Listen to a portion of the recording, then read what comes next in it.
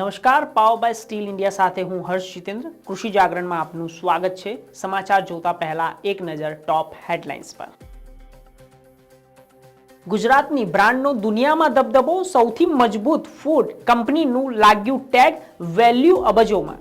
આયુષ્યમાન યોજનામાં મોટા ફેરફારની તૈયારી, સારવારની રકમમાં થઈ શકે છે મસમોટો વધારો. 4 રાજ્યોમાં ઘટી શકે છે બટાકાના ભાવ, મમતા સરકારે રાજ્ય બહાર બટાકા વેચવાની આપી મંજૂરી. ગીર સોમનાથ જિલ્લામાં મગફળીના ખેડૂતોના માથે નુકસાનીનો ભય, બાસમતીના ભાવમાં ભારે ઘટાડો, ભાવ પ્રતિ ક્વિન્ટલ 2400 થી 2500 રૂપિયા, ખેડૂતો ચિંતિત. સમાચાર જોઈશું વિસ્તારથી.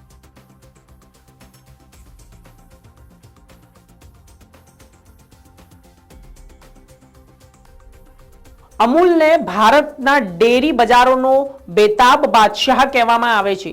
કોઈ પણ કંપની આનાથી નજીક નથી જોવા મળી રહી. બ્રાન્ડ ફાઇનાન્સ રિપોર્ટમાં પણ કંપની નંબર 1 સ્થાન મળ્યું છે.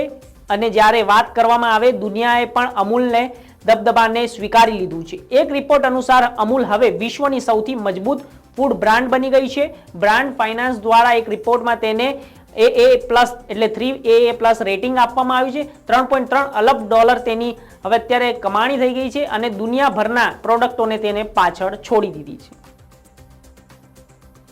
આયુષ્યમાન ભારત હેઠળ વીમા કવચને બમણું કરીને 10 લાખ રૂપિયા અને મહિલાઓ માટે 15 લાખ રૂપિયાની કરવામાં તૈયારી ચાલી રહી છે. તો આ યોજના હેઠળ કેન્દ્ર સરકાર દ્વારા ખાનગી હોસ્પિટલોમાં 4 લાખ બેડ ઉમેરવાની સાથે હવે સંખ્યા 55 કરોડથી વધારીને 100 કરોડ કરવામાં તૈયારીઓમાં આવી રહી છે. તો જ્યારે હવે સરકારના ત્રીજા કાર્યકાળમાં આ યોજના કેન્દ્રીય આરોગ્ય મંત્રાલયની મુખ્ય પ્રાથમિકતાઓની એક તરીકે રજૂ કરવામાં આવી રહી છે.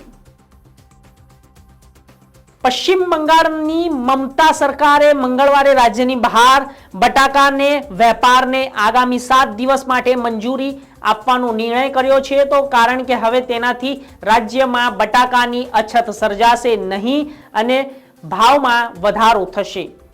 તો સાથે જ તેની અંદર વાસ્તવમાં એ જાણવા મળ્યું છે કે બટાકાના વેપારીઓ અને તેમના તમામ સંબંધિત પક્ષો સાથે બેઠક કર્યા પછી મમતા બેનર્જીના નેતૃત્વવાળી સરકારે બુધવારે એટલે કે તેના 7 દિવસ માટે બંગાળની અન્ય રાજ્યોમાં 2 લાખ ટન સુધીના બટાકાના વેચાણની મંજૂરી આપી દીધી છે.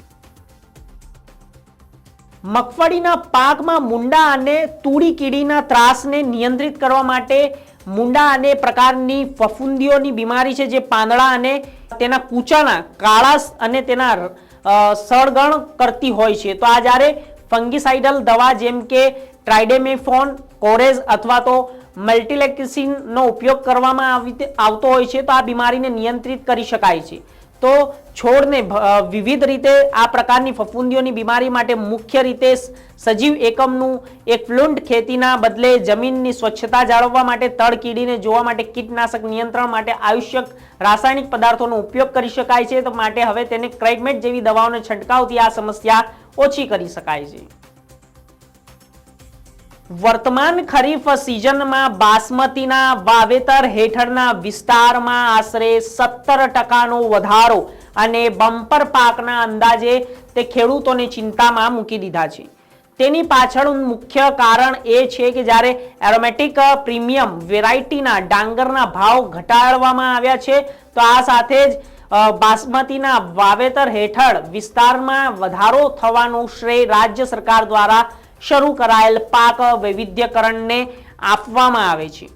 તો આ સાથે જ રાજ્યના કૃષિ વિભાગના જણાવ્યા અનુસાર હવે સુગંધિત અને અનાજ બરછટ જાતો કરતાં 15.20% ઓછું પાણી વધારે છે અને જે 1 કિલોગ્રામ ચોખા ઉગાડવા માટે 3367 લીટર પાણી વપરાય છે. સમાચારોમાં બસ આટલું જ. દેશ દુનિયા અને એગ્રીકલ્ચર ન્યૂઝ માટે જોતા રહો કૃષિ જાગરણ. નમસ્કાર.